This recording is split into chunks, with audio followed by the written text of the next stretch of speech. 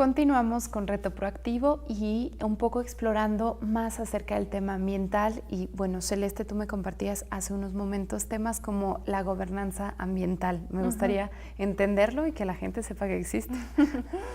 Ok, actualmente no podemos considerar al Estado, ¿no? O al gobierno como el único que debe definir, ¿no?, las políticas públicas a seguir dentro de un país, ¿no?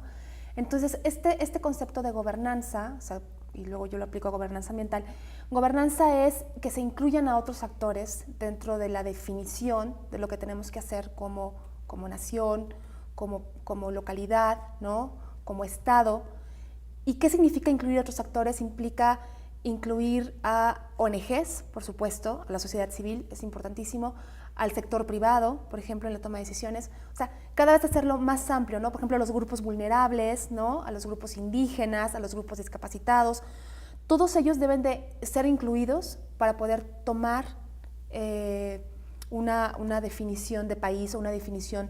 Y eso se puede ver a nivel local, a nivel estatal, a nivel nacional, a nivel internacional, ¿no? Entonces, yo como entiendo gobernanza ambiental, pues es justamente si partimos de que los problemas ambientales son problemas socioambientales, ¿no?, por lo tanto, tenemos que incluir el término de gobernanza en la parte ambiental. Y es un poco lo que se proponen varios autores, ¿no?, como constitución de un concepto, ¿no? Entonces, la gobernanza ambiental es justamente, dado que los problemas ambientales son socioambientales, ¿no?, tenemos que incluir a estos actores en la definición de una solución a estos problemas, ¿no? A veces cuando sucede, no podemos pensar que si ponemos una política económica, o sea, que si insertamos una política económica no va a tener impacto a nivel de recursos naturales, ¿no? Por ejemplo, la política energética. Tenemos que ver, ¿estamos hablando de qué? De consumir petróleo, ¿no? O de consumir energías renovables, ¿de qué estamos hablando, ¿no? Y cuando se define eso, también tenemos que considerar a la sociedad civil, a las personas que viven, por ejemplo, cuando se hacen el diseño, la construcción de generadores eólicos, ¿no? Bueno, está teniendo obviamente esto un impacto en las comunidades, en los territorios en donde también hay gente, ¿no? Entonces vamos a considerar a la gente en la definición de lo que queremos como país, ¿no?, de generación de energía, por ejemplo. Entonces, a eso se refiere, digo en palabras como muy simples, Sí. ¿no?, la gobernanza ambiental, ¿no? Incluir a otros actores y que no solamente sea el gobierno el que defina, ¿no? Uh-huh. ¿Qué es lo que ha pasado, por ejemplo, en México? En la definición de políticas públicas de conservación, que son las que pues, más conozco yo, más he estado como con más conocimiento recientemente, pues es que cuando se planteó las políticas de conservación, se planearon en parques nacionales, en reservas, ¿no?, que a través de los años han demostrado que no incluyeron en la definición, eso fue en el 38 con Lázaro Cárdenas, ¿no?, en la definición de los parques nacionales, por ejemplo, que no incluyeron a la gente, ¿no?, a las comunidades que vivían ahí. Entonces, ¿qué es lo que sucedió? Que únicamente se extraditaron, bueno, sí, fue un proceso de extradición de los terrenos y a la gente no se les pagó por ellos, ¿no? Por tanto, estas políticas al cabo de los años, a pasar de los años, realmente no tienen los resultados que se deberían esperar, ¿no? ¿Por qué? Porque no estuvo incluida la gente desde un inicio. Entonces, eso es un poco lo que nos ha demostrado la historia, ¿no? Para el caso de políticas públicas de conservación, como son las áreas protegidas en México, ¿no? Entonces, ¿qué tenemos que hacer? Pues cada vez más incluir a otros actores, ¿no? Obviamente a las personas que viven ahí, pero también a las empresas, ¿no?, a los grupos vulnerables, o sea, todos ellos formamos parte, ¿no?, de la definición. Entonces, pues es por eso que es importante ese concepto, ¿no? Y la verdad es que es bien importante, yo creo que saber que todos tenemos derecho a tomar esa decisión, ¿no? Porque como bien lo mencionas, siempre como una parte de la sociedad avienta o asume que la responsabilidad está elaborada o hecha por otro más. Entonces es mucho más sencillo quejarse ante ese otro más que supuestamente tiene que hacerla, más no lo hace necesariamente. Y creo que ese es el debate un poco, ¿qué grado de responsabilidad tengo? Y eso nos lleva a otro tema que es un poco que donde tú eres especialista y lo difundes con los chicos, la ética. ¿Qué es la ética? Porque a veces se maneja como, ya sabes, esa materia que te enseñaron alguna vez en la primaria y pues nunca fue divertida. Entonces, ¿cómo hacer atractiva la ética humana, Celeste? Sí. Y lo terrible es que también la ética también se cursa a nivel universitario, ¿no? Que es un poco la materia que yo doy y que tiene que ver con la ética en el desarrollo sustentable.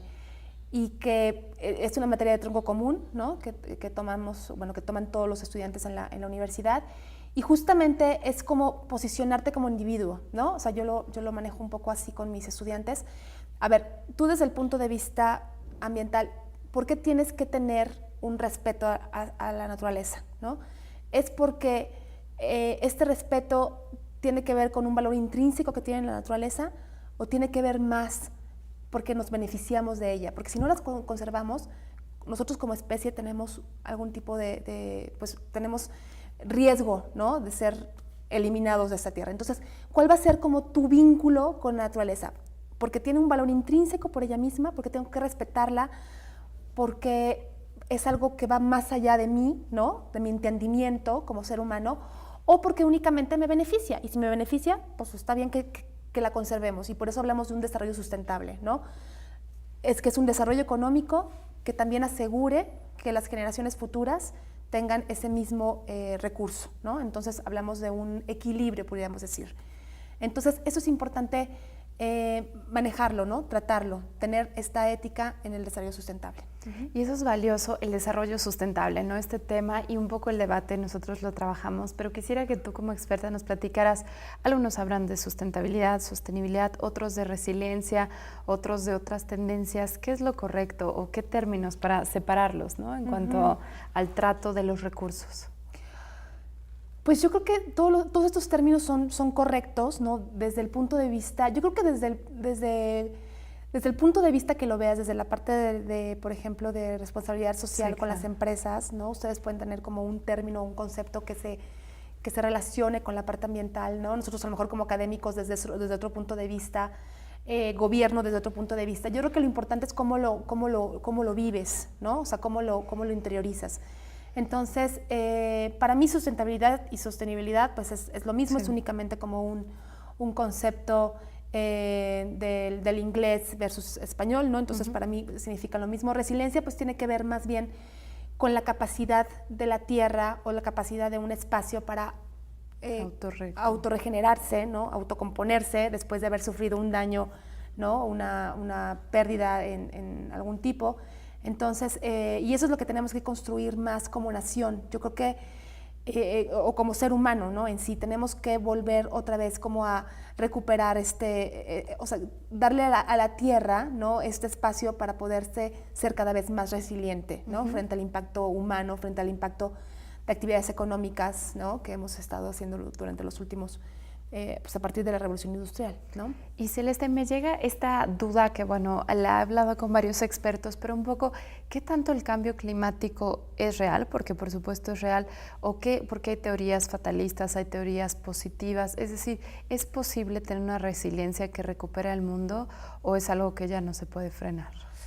Bueno, de acuerdo sí, es una gran pregunta. Muy ética. De acuerdo a pues al estudio que te comentaba del centro de Estocolmo, ellos mencionan que estamos justamente en el momento oportuno para poder hacer un cambio, ¿no? O sea, mencionan que de estas 9 límites planetarios, 4 están prácticamente, podríamos decir que perdidos, ¿no? O que ya no se puede hacer gran cosa para recuperarlos, pero que sí existe todavía la capacidad, ¿no? de la Tierra para poder regenerar. Y sobre todo si se hace como una acción humana, ¿no? Es posible realmente contrarrestar los efectos.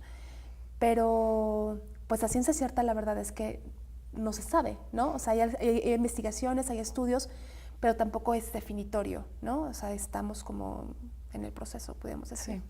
Y yo creo que es nuestro destino, es nuestra responsabilidad, vaya, porque hoy todavía estamos sentadas aquí, pero el que ya una especie esté en extinción, el que no le puedas mostrar a tus hijos que esto existía antes, que sea como si fuera un trofeo que ya es algo que no existe, la verdad es que seriamente pues, ocupa y preocupa, lastima mucho, ¿no? Es muy triste. Es muy triste creer que las generaciones futuras ni siquiera van a conocer las especies que existen en el planeta. Claro.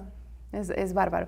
Yo los invito a quedarse en esta entrevista tan especial acerca de temas ambientales y vamos a continuar más en unos momentos. Regresamos en breve y también quiero recordarles antes de corte que gracias al apoyo de Rojo Luz Espacios Ecoamigables hemos tenido la oportunidad de compartir este set que busca ser congruente con el medio ambiente y con el apoyo de Grupo Proactivo Mexicano AC, quien ha permitido que estemos 5 años al aire con usted compartiendo estas ideas innovadoras a nuestros líderes y entrevistas de calidad que le permite llevarse una noticia positiva, un contenido positivo que lo inspire a hacer el cambio o identificarse con alguna acción que esté en sus manos. Ahora regresamos en unos momentos.